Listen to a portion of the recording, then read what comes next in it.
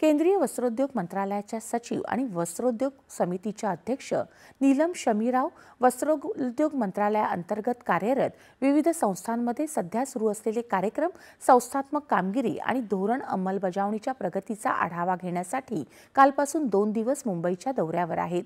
दौऱ्याच्या पहिल्या दिवशी त्यांनी हातमाग आणि संलग्न क्षेत्राशी संबंधित उपक्रमांचा आढावा घेतला। या भेटीदरम्यान नीलम शमीराव यांनी महाराष्ट्र सरकारच्या वस्त्रोद्योग विभागाच्या प्रधान सचिव अंशु सिन्हा, IAS आणि महाराष्ट्र सरकारच्या इतर वरिष्ठ अधिकाऱ्यांशी संवाद साधला। महाराष्ट्रात केंद्रीय योजनांच्या अंमलबजावणीमध्ये राज्य आणि केंद्र दोन्हींचा समन्वय साधण्यावर तसंच राज्यात या क्षेत्राच्या विकासावर परिणाम करणाऱ्या मुद्द्यांवर त्यांनी चर्चा केली।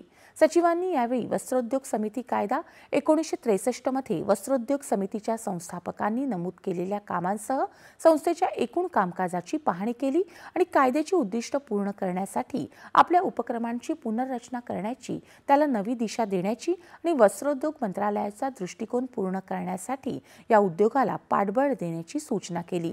त्यांनी वैज्ञानिक, तांत्रिक आणि आर्थिक संशोधनातील उद्योगाच्या वाढत्या गरजांवर भर दिला।